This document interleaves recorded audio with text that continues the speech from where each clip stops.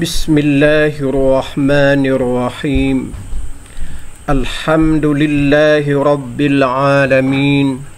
Wassalatu wassalamu ala ashrafil anbiya'i wal mursalin wa ala alihi wa ashabihi ajma'in. Amma ba'd. Rabbi shrah li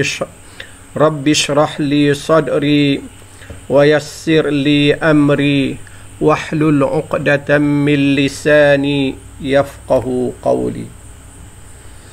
Pertama sekali saya bersyukur kepada Allah Subhanahu wa taala dengan limpah izinnya dapat saya ke udara bersama saudara-saudara semua bagi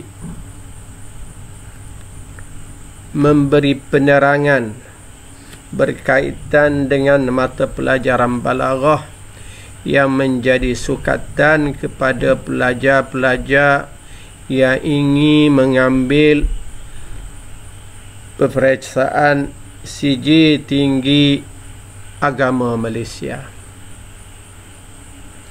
Sebelum itu suka saya perkenalkan diri saya.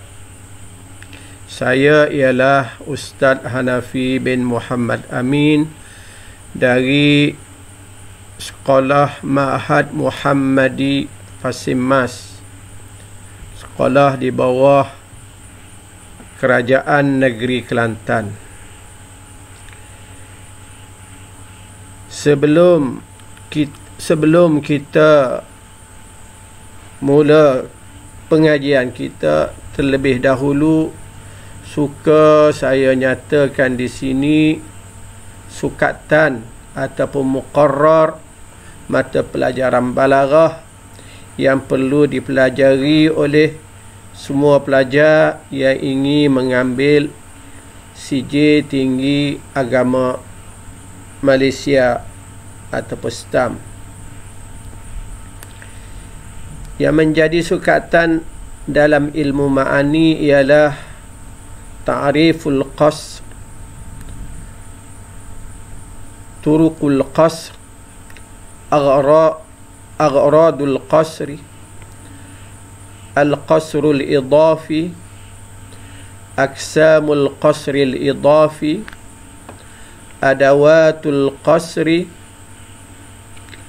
al-furuq bainaha, al-ijaz, al-itnab. Kemudian di bawah ilmu bayan pula yang menjadi sukatan ialah ta'rif ilmu bayan, abwab ilmu bayan, ta'rif tashbih, arkanut tashbih, ahwa tarfat tashbih min haythul ifrad wat tarkib wat ta'addud, التشبيه التمثيلي، التشبيه غير التمثيلي، أغراض التشبيه، تعريف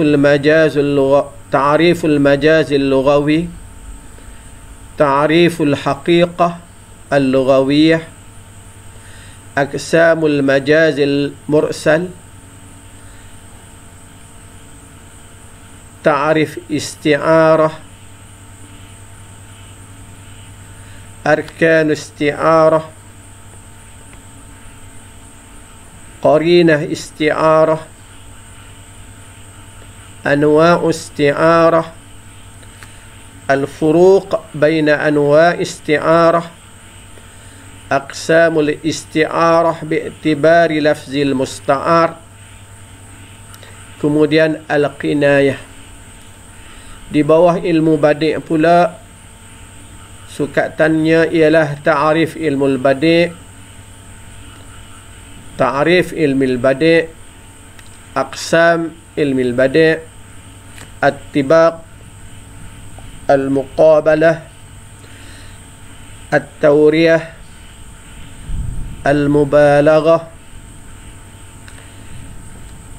al-jinas at-tam, wa wajhu husnih, al-jinas ghairu tam wa anwa'ih, as-saj'u.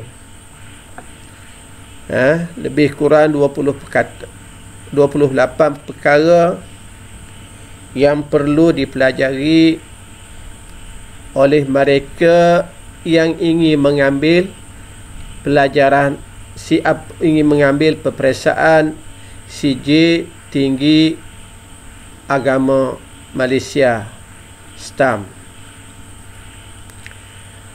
Daripada tajuk-tajuk tersebut,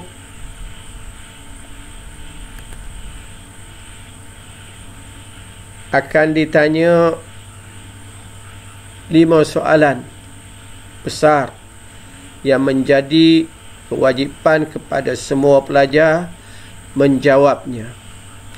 Dan soalan yang akan ditanya ada yang mudah, ada yang sederhana mudahnya, ada yang payah.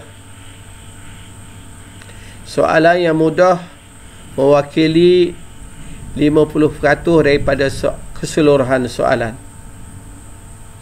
Biasanya soalan yang mudah menggunakan perkataan berikut untuk ditanya, seperti arif,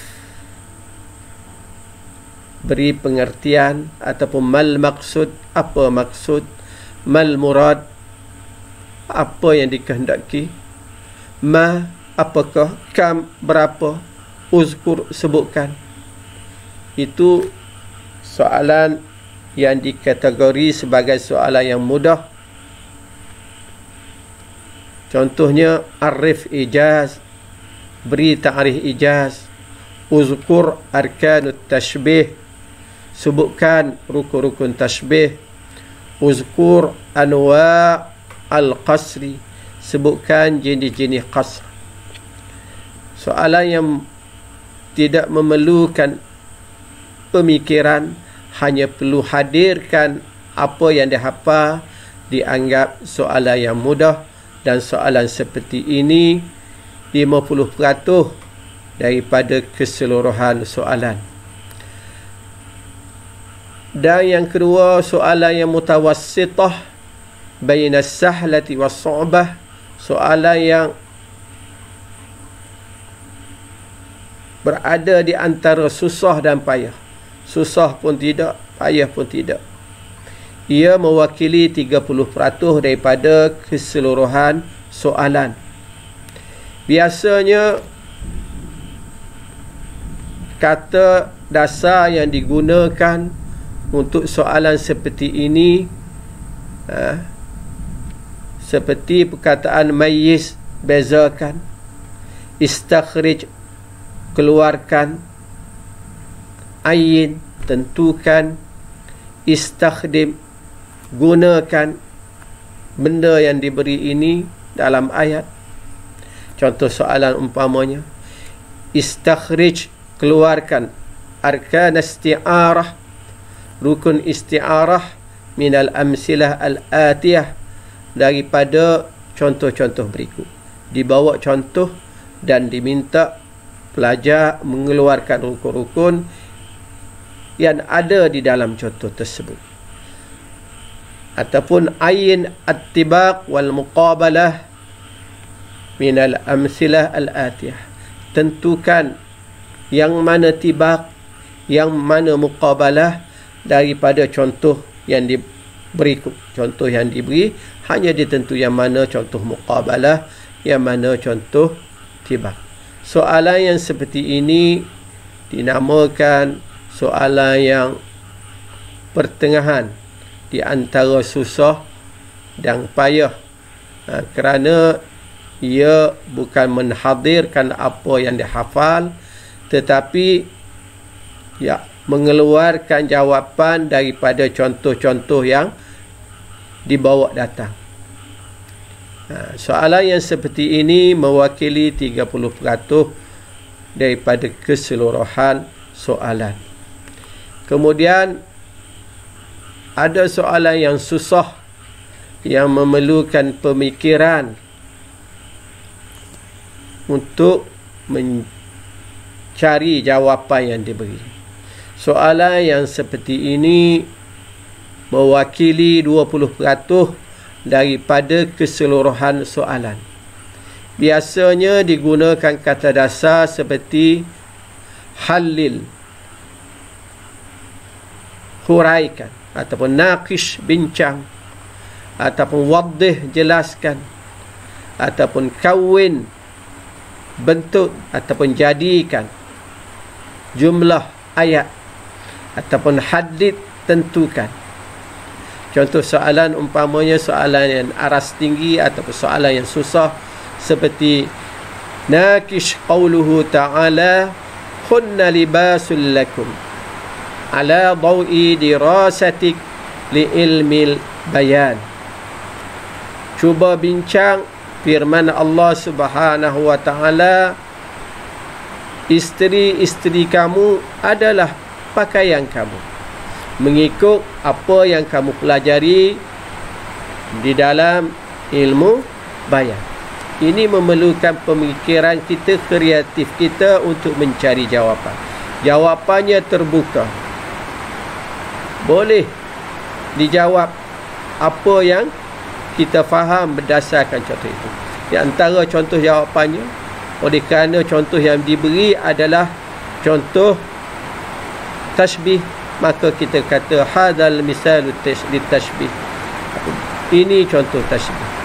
Jenis tashbih mufrad bil mufrad, berdasarkan kepada tonggak asah, berdasarkan kepada musyabbah ataupun berdasar kepada tarfaini, musyabbah dan musyabbah.